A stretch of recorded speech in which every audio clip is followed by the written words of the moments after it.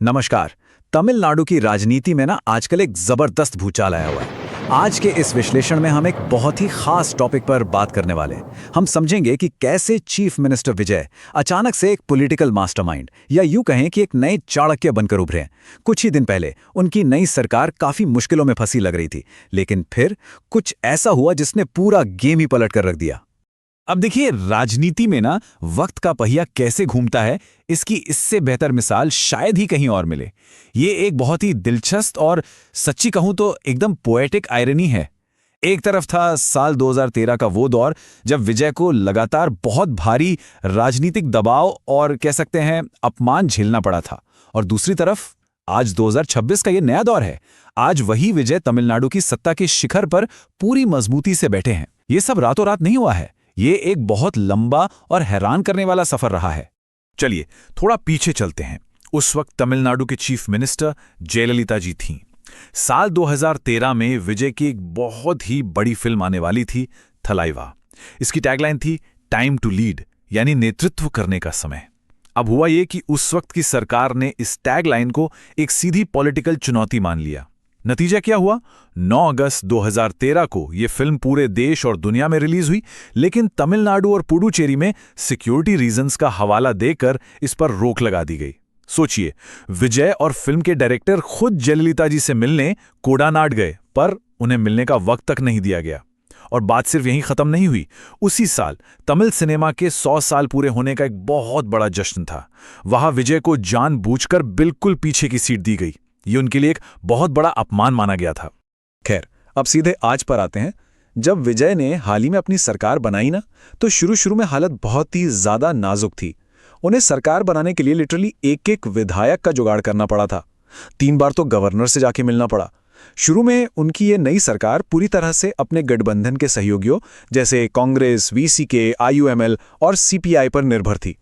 ये वो पार्टियां हैं जिनके पास सिर्फ 1 या 2 विधायक हैं। अब पॉलिटिक्स में होता क्या है, जब भी कोई सरकार ऐसे छोटे सहयोगियों पर टिकी होती है तो वो हमेशा एक प्रेशर में रहती है, हमेशा एक ब्लैकमेल का खतरा बना रहता है। सरकार को अपना हर एक छोटा बड़ा कदम उठाने से पहले इन पार्टनर्स की हाँ सुननी पड़ती है। चलिए अब इसमें थोड़ा गहराई से उतरते हैं, क्योंकि असल में यहीं पर आके पूरा खेल ही बदल जाता है। 30 ये कोई छोटा मोटा नंबर नहीं है दोस्तों, ये वो नंबर है जिसने तमिलनाडु की राजनीति में एक तरह से भूकंप ला दिया है। 30 विधायक। हुआ ये कि जो सबसे बड़ी विपक्षी पार्टी है एआईएडीएमके, उसमें एक बहुत बड़ी टूट हुई और उस पार्टी के 30 विधायकों ने अचानक से सामने आकर विजय की सरकार को अपना पूरा समर्थन देने का ऐलान कर दिया।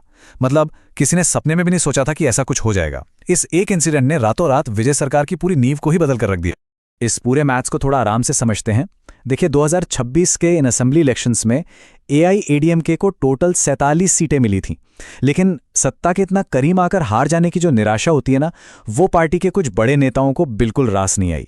सीवी षणमुगम और वेलुमनी के नेतृत्व में एक बहुत बड़ा धड़ा पार्टी से अलग हो गया। और सोचिए, इन 47 में से पूरे 30 विधायक इस नए बागी गुट के साथ चले गए। और जो पार्टी के दूसरे बड़े नेता हैं एडापट्टी पलानीस्वामी यानी ईपीएस, उनके पास सिर्फ 17 विधायक ही रह गए। एक झटके में पार्टी पूरी तरह से 2 हिस्सों में बंट गई। अब सवाल ये उठता है कि आखिर इतना बड़ा आपस में डिवीजन हुआ क्यों? यहां हमें बिल्कुल निष्पक्ष होकर देखना होगा कि इन बागी विधायकों का दावा क्या है। सीवी षणमुगम और उनके गुट का यह सीधा आरोप था कि ईपीएस गुपचुप तरीके से डीएमके के साथ गठबंधन करके सरकार बनाने की प्लानिंग कर रहे थे। बागी गुट का मानना था कि अगर ऐसा होता है तो ये जनादेश के बिल्कुल खिलाफ होगा, क्योंकि जनता ने तो उन्हें डीएमके के खिलाफ ही वोट दिया था ना। तो इसी कथित योजना के खिलाफ आवाज उठाते हुए पार्टी में ये इतनी बड़ी टूट हुई। तो इस पूरी कहानी का सबसे मेन पॉइंट क्या है? इस टूट का विजय की सरकार पर क्या असर पड़ा? जरा सीवी षणमुगम का यह बयान सुनिए। उन्होंने कहा, हम टीवी के सरकार को समर्थन देंगे। ये पार्टी का टूटना नहीं बल्कि सही फैसला है। और बस इस एक अकेले फैसले ने जादू की तरह विजय की सरकार को पूरी तरह से सुरक्षित कर दिया। जैसे ही ये 30 सीटों का एकमुश्त समर्थन उन्हें मिला, विजय उन छोटे 1-2 विधायक वाली पार्टियों के दबाव से बिल्कुल आजाद हो गए। अब उन्हें कोई भी सहयोगी दल ब्लैकमेल नहीं कर सकता था। उनकी सरकार बिल्कुल स्टेबल हो चुकी है। तो चलिए अब आते हैं इस विश्लेषण के अगले हिस्से पर, 54 साल की बगावत यानी एआईएडीएमके का इतिहास। जो लोग इस पार्टी के इतिहास को थोड़ा बहुत भी जानते हैं उन्हें पता होगा कि एआईएडीएमके में ये टूट कोई बिल्कुल नई बात नहीं है। ये पिछले लगभग 54 सालों से चलते आ रहे सत्ता संघर्ष का ही एक नया चैप्टर है। जरा इस टाइमलाइन को देखिए। 1987 में जब पार्टी के फाउंडर एमजी रामचंद्रन जी का निधन हुआ, तब भी पार्टी दो हिस्सों में बट गई थी। एक तरफ जयललिता जी थी और दूसरी तरफ एमजीआर जी की पत्नी जानकी। फिर 1989 में जाके इन दोनों गुटों का आपस में विलय हुआ। उसके बाद 2017 में जब जयललिता जी का निधन हुआ, तो ओ पनीरसेल्वम और ईपीएस के बीच फिर से वैसी ही भारी खींचतान शुरू हो गई। 2018 में टीटीवी दिनाकरण ने अलग होकर अपनी नई पार्टी एएमएमके बना ली, और अब 2026 में हम वही सब ईपीएस और वेलोमणि गुटों के बीच होता देख रहे हैं। अब बढ़ते हैं अगले हिस्से की तरफ, विजय का 48 घंटे का एक्शन अवतार। अब इसमें सबसे ज्यादा इंटरेस्टिंग बात यह है कि जैसे ही विजय की सरकार पॉलिटिकली स्टेबल हुई ना, उन्होंने एक सेकंड भी बर्बाद नहीं किया।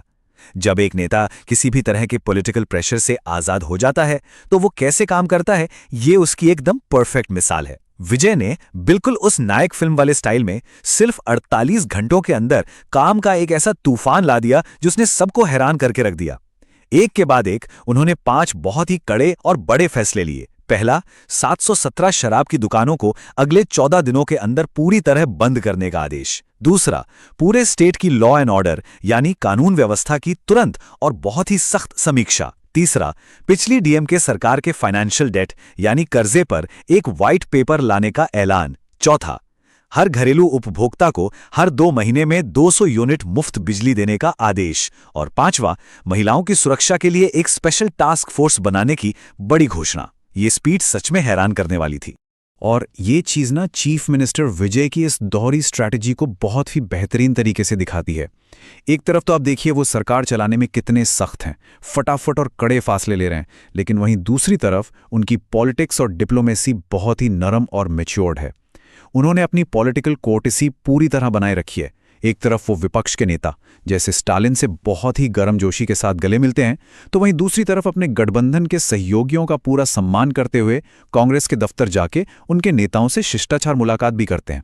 ये शक्ति और विनम्रता का एक बहुत ही जबरदस्त बैलेंस है जो उन्होंने बनाया हुआ है। तो इस पूरे विश्लेषण को समझने के बाद ये हमारे सामने एक बहुत ही गहरा और सोचने वाला सवाल खड़ा कर देता है। सोचिए, जिस इंसान को 2013 में पावर ने पूरी तरह से किनारे कर दिया था, आज उसी इंसान को उसी पार्टी के विधायक अपनी मर्जी से आकर सपोर्ट कर रहे हैं। तो क्या पुरानी और ट्रेडिशनल पार्टियों के इस तरह बिखरने ने ऑफिशियल तौर पर तमिलनाडु की राजनीति में एक नए चाणक्य को ताज पहना दिया है? जिस सातिराना तरीके से उन्होंने इस पूरी राजनीतिक अस्थिरता को अपने हक में मोड़ा है और सिर्फ 48 घंटे में अपने इरादे क्लियर कर दिए हैं, वो सच में आने वाले समय के लिए एक बहुत ही बड़ा गेम चेंजर साबित हो सकता है।